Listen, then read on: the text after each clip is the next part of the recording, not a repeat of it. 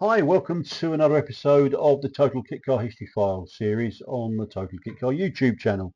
My name's Steve Hole and I'm editor of Total Kit Car and TKC Mag, and I'd like to welcome you along to our channel. So this time, straight into it, we've got a real oddball here. This one was a car that I guess was inspired by a car that inspired many schoolboys like me in the 60s for sure. And caught the imagination of the specialist car fraternity when it appeared. But both the original and it's not a replica, but the car that was inspired or was inspired by it, both the main one-offs. And there's been lots of gobbledygook and nonsense spoken about the replica over the years, and I've written some of it. I have to put my hand up and say that. But now I know the truth. A very nice gentleman contributed to a post that was on our Facebook page about the car, which was called the Brigantis. And he's put the record straight because he knew the creator. He in fact sold the car at some stage during its life, and I'm really grateful to the gent. The car I'm talking about, well, there's two cars I'm talking about. One was the Lamborghini Marzal, which we're going to talk about here because it's a fantastic car that, as I said, inspired me as a kid. And I imagine many others, many of you listening to this video perhaps as well. So we talk about that because there's been loads of nonsense spoken about that car as well, and we're definitely going to talk about obviously the Brigantis, which really is, I suppose, the supporting act to the Marzal, but not a bad one, but the crux really of this history file. So let's wind it all the way back. As I mentioned. The Marzal was created by the one and only, the late Marcello Gandini when he was working for Bertone under Nuccio or Giuseppe, and his nickname was Nuccio Bertone of Carrozzeria Bertone. It all came about because Ferruccio Lamborghini had wanted to add a four-seater to his then two-car range, which consisted of the Miura, also designed by Gandini, and that was a two-seater, and the 400 GT, which was a 2+2. And so he commissioned. Bertone actually wanted to develop a partnership with Lamborghini, so it fitted what he wanted to do beautifully. At that time, we should also say that Bertone were the king of the concept car. They were never afraid to push the boundaries, and at that time they were experimenting with hexagonal shapes on lots of the things they were designing. They were one of the bigger carrozzeria with a workforce of 1,500 staff and a huge factory of 287,000 square feet, which is pretty monstrous, really. And of course, Gandini was simply brilliant. And it's said, I've seen it written actually, that Nuccio Bertone was so keen to cement that relationship with Ferruccio Lamborghini that he paid for to give it its correct name, the P200 Marzal, out of his own pocket. Now, pronouncing it Marzal, I've seen it, Marzal, but it's got an A with a obtuse accent above it. And an Italian guy that I knew, I asked him how to pronounce it, and he said it's Marzal. So you're pronouncing the the A slightly funny for the English tongue. And also, of course, Lamborghini was aiming his fire at Ferrari at that time because he'd been scoffed at by Enzo Ferrari as just a maker of tractors. When he saw the Marzal as the perfect way to get one over on his rival. I'm not sure if he got one over on him, but it certainly brought him tons of publicity, as it turned out, and it really did do that. In its April 1966 issue, the French magazine L'Automobile had written about the Miura, that it was a coronation of a past. I'll quote that: coronation of a past and the prelude to a future that promises to be brilliant. Little did they know. And as for Gandini was concerned, the Miura was for him a culmination of his design in ideas and themes from the past. And he was said to have said that it was a design that marked the end of an era. So it was a perfect time then to start a new one, a new chapter, and that's what he did. Nuccio tasked him to do the job. He told him to let his imagination run truly wild, and they used the Miura as the base for the Marzal, which Gandini referred to the styling as being a revolution rather than an evolution, which was quite interesting, I thought.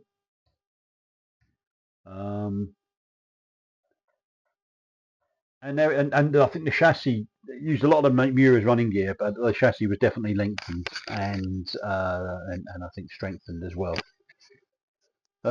Unveiled on Lamborghini stands at the Geneva Motor Show, or Geneva Salon of 1967, March in fact, it caused a complete sensation.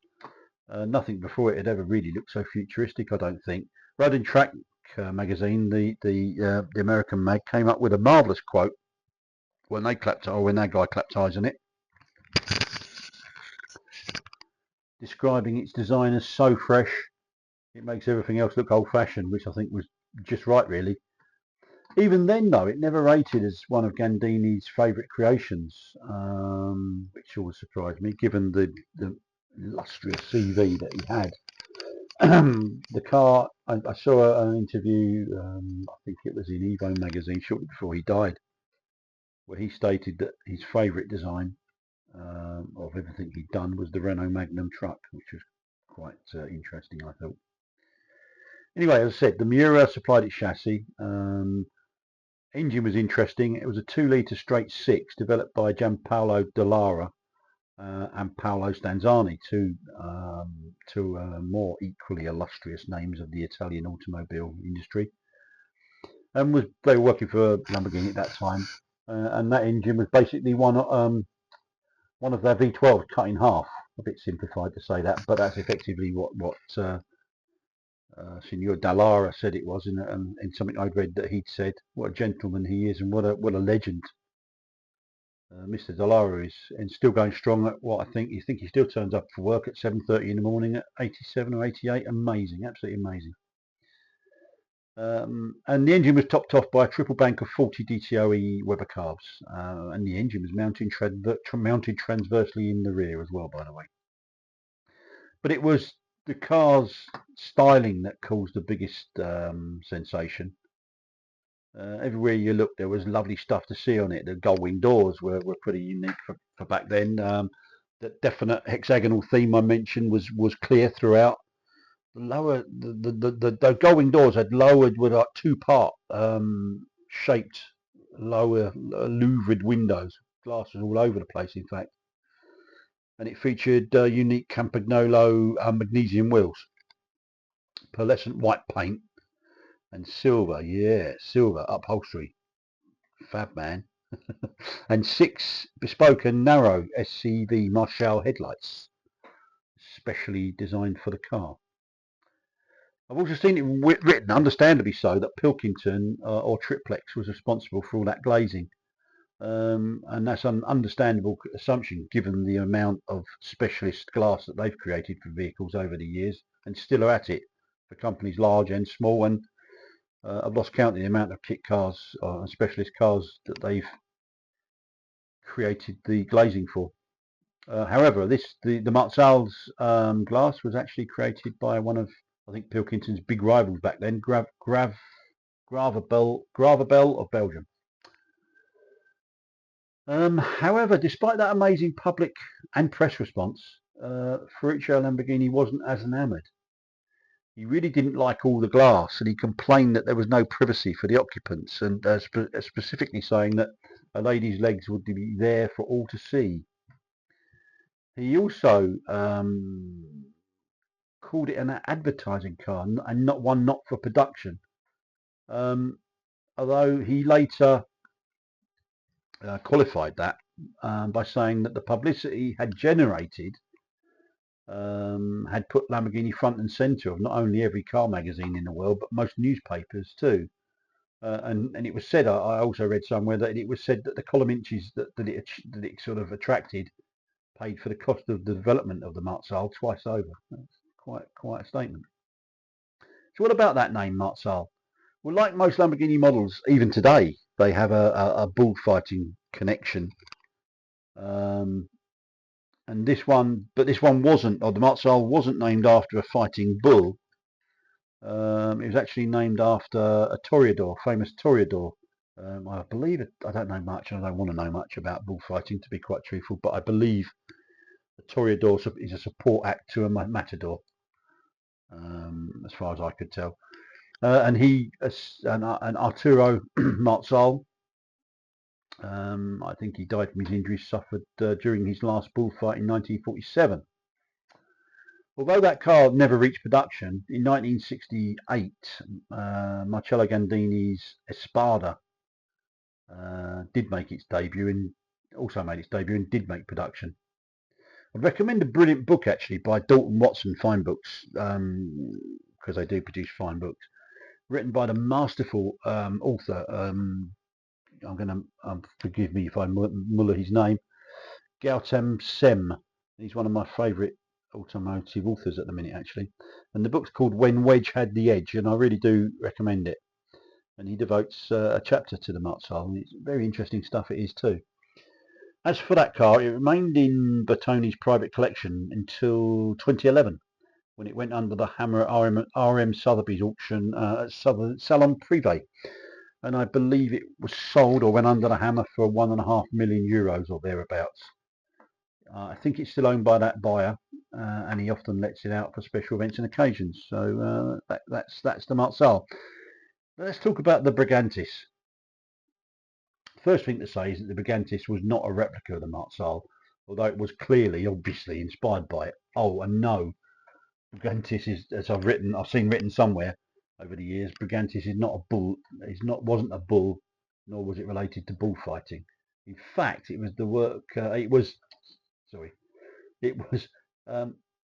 relates to the city of York, where it was built actually. And testing my schoolboy Latin, and I'm going back many years. I think there was a settlement of Romans in York described as the Isurium Brigantum. Forgive that pronunciation and undoubted error, because I know there's some learned people tuning into this channel. So do apologise. Which was actually, I think the settlement was actually nearby Aldborough, but that was one of the most important towns in Roman Britain, I believe, from history and, as I said, Latin lessons. Therefore, you often find references in York to I think words such as Brigantum or Brigantes. But Bill decided to use the word Brigantis as a tip of his hat to his hometown, or home city, I should say, quite rightly. I mentioned Bill. Bill Dobson. He was a York-based garage owner, but his life is said to have changed the day he clapped eyes on a magazine feature on the Lamborghini Marzal, which I think he saw in 1969, 2 years after its launch. He was said to be completely smitten by it. He wanted to buy one, he couldn't. Even if he could, he probably wouldn't have been able to afford it. So what did he do? You know what he did? He built his own version of it. And he started his project in 1970 with a real passion, so I was told, using nothing more than magazine photos that he kept and a rudimentary toolkit. He was but a humble, but said a very successful York general repair garage owner, really. He decided to base his version on a Jaguar S-Type, and he used the 3.8 litre XK straight 6 from it, along with a rear axle, I think, from a Rover P5.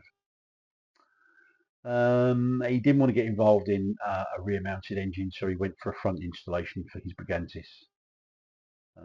He stripped down. I was told by the gentleman that contributed, he carefully stripped down the Jag, refurbishing all the parts that he needed, dumping the ones he didn't.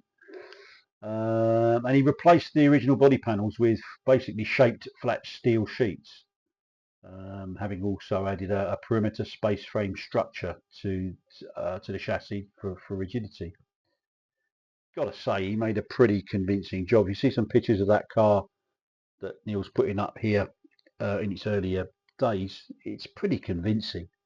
Dear old Bill even managed to create the gull wing doors with the twin perspex panes,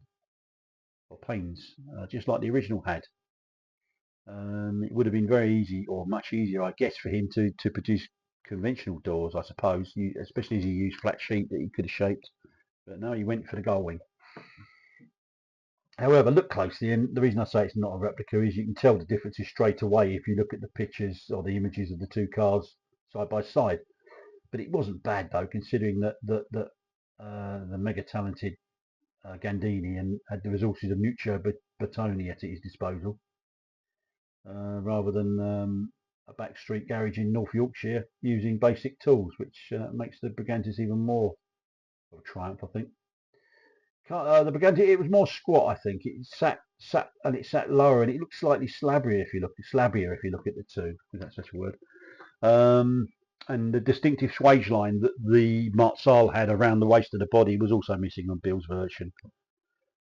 He also left out what looked to me like incredibly complicated hexagonal rear window slats. But he got around that by using ones from from the 3 litre Capri that some of our dads undoubtedly must have had if he bought the Capri S, I think. He also sought out, or he intended to seek out the services of Pilkington, but they were a bit too expensive. They do a fabulous job, but fabulous work costs big money, really. And I don't think he ever really intended to commercialise the project. It was a labour of love for him. I wouldn't say saying it was a vanity project would be a little bit unfair. It's certainly a labour of love, given what he achieved.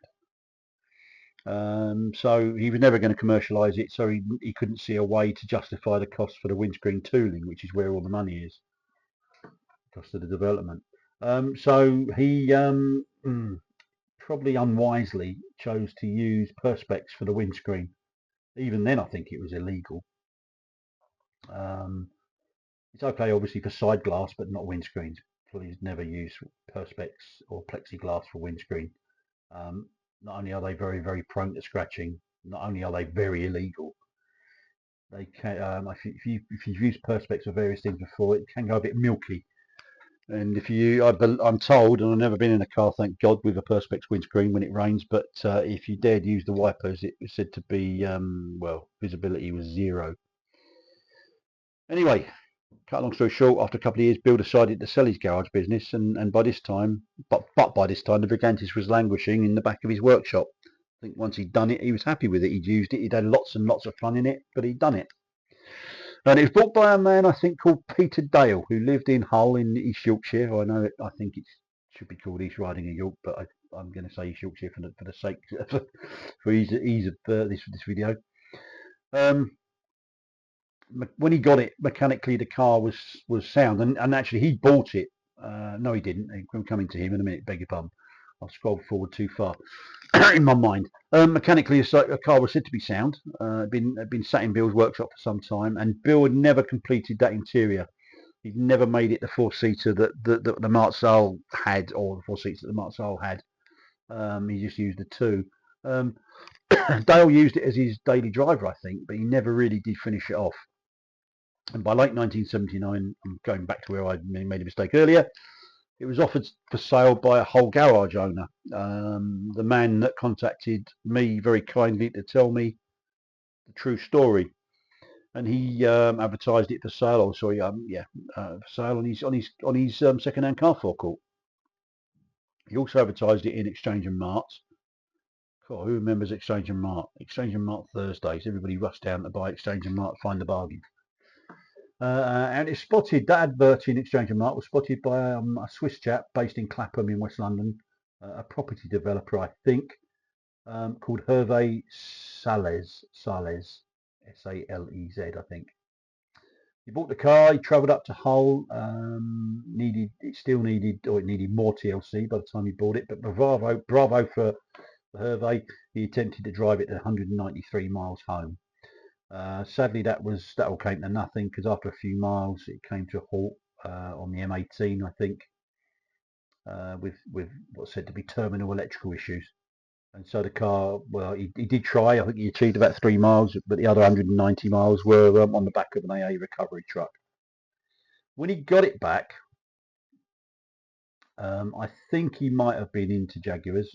He sent it to a Jaguar specialist in Peckham, and it wasn't Del Boy. It was a couple of years before Del Boy's Only Fools and Horses started in 1981, and he sent it there for a full restoration and a mechanical refresh of the Jaguar parts and particularly the engine. It was obviously a full restoration because it didn't return to the road until December 1981. Still owned by Sales, um, who is said to have used the car extensively around London, and he also undertook some long journeys in it. However, it's not known if he still owned it when the car turned up at the late William Townsley's Park Farm estate in Compton Vernay in Warwickshire for the Kit Car Garden Party in 1984, maybe, which was co-organised by one Peter Philby. And that was a popular event, I think, and it definitely caused a big stir when it turned up. The plot then goes cold, unfortunately, until 1999, the National Kit Car Show at Stoneleigh. They used to have a very big area in one of the cow sheds for cars for sale. There was all sorts of great cars for sale over the weekend at that show. I know many people that bought some real bargains from that, some good cars, some rare stuff too, and undoubtedly the Brigantis is one of those very rare cars. I remember I got distracted and I remember seeing it. I couldn't believe my eyes. It was being unloaded from a low loader on the Saturday morning. Sorry, on the Sunday morning. It's a Monday show then back then, wasn't it? On Bank Holiday Monday. So the Sunday morning was when the cars for sale turned up primarily, and this one was being unloaded off a trailer. I was going to talk to someone, but I got distracted, and I remember going over to that hall during the day, and I saw it and drooled over it and had a good look at it. It didn't look too bad. It was a bit sort of a bit frilly around the edges, but it was in looked pretty decent condition for its age. And I did hear later that it did actually sell for £5,000 to buyer unknown. Once again, we go forward another 16 years, and in 2015, a random email pinged into my inbox, and it was a nice one from a chap who told me about a sad-looking exotic type kit car that he and his mate had found quite by chance in an Essex barn. They had no clue what it was, and they asked me if I knew, and the moment I saw it, my eyes were out on stalks. It was the one and only Brigantis, but by this time it was looking terrible, and you could see a little bit of the yellow paint, and but I could clearly see the shape, and I knew it was the only one that was ever made, so it had to be the Brigantis. So I told the guy, and he promised to keep me informed about the restoration that he said, mate, we're just about to embark on. They had best of intentions, he said, and they would finish it, and they would let me know when they did. But I've not heard from them since, sadly. So I don't know if they ever did start it, let alone finish it. But if you know them, or you know that they started on the Brigantis, please do get in touch, because I'd love to know. It's a car that's I've been aware of ever since I got the Corgi model soon after the Marzal came about, and then I was aware of as a young kid. I was aware. I think Philby put it in kit snips in Hot Car, the column he used to run in that magazine, and I used to religiously buy every month in pocket money from when I worked in the chip shop, making cutting the potatoes up and turning them into chips, which it was a Saturday and evenings job. So, but anyway, I digress. But anyway, I hope you enjoyed that one. I've kept it under the magic half an hour, which I'm told we need to do. I've got to say, if you haven't already subscribed, please do so. Be much obliged if you did that. Really would be appreciated. I looked at some stats again the other day, and there's still only 32% of the people that are looking at the videos are subscribed. So we need to do something about that. So it doesn't cost you a penny. If you like stuff like this, or you generally like old kit cars, then this is the right place. So please subscribe, then you'll be notified every time a video is released, which we're trying to do every week, at least every 2 weeks. And if you can also hit that like button, that thumbs up thing makes a big difference, because it puts our videos in front of into more people's feeds, and that helps us get more people watching the videos, and yada yada yada. So anyway, before I go, just a big thank you for giving us a upper part of your day, wherever you are in the world, whatever time of day it is. Thank you so much for visiting. Look forward to welcoming you again next time. Steve Holt over and out, and I'll see you down the road. Cheers.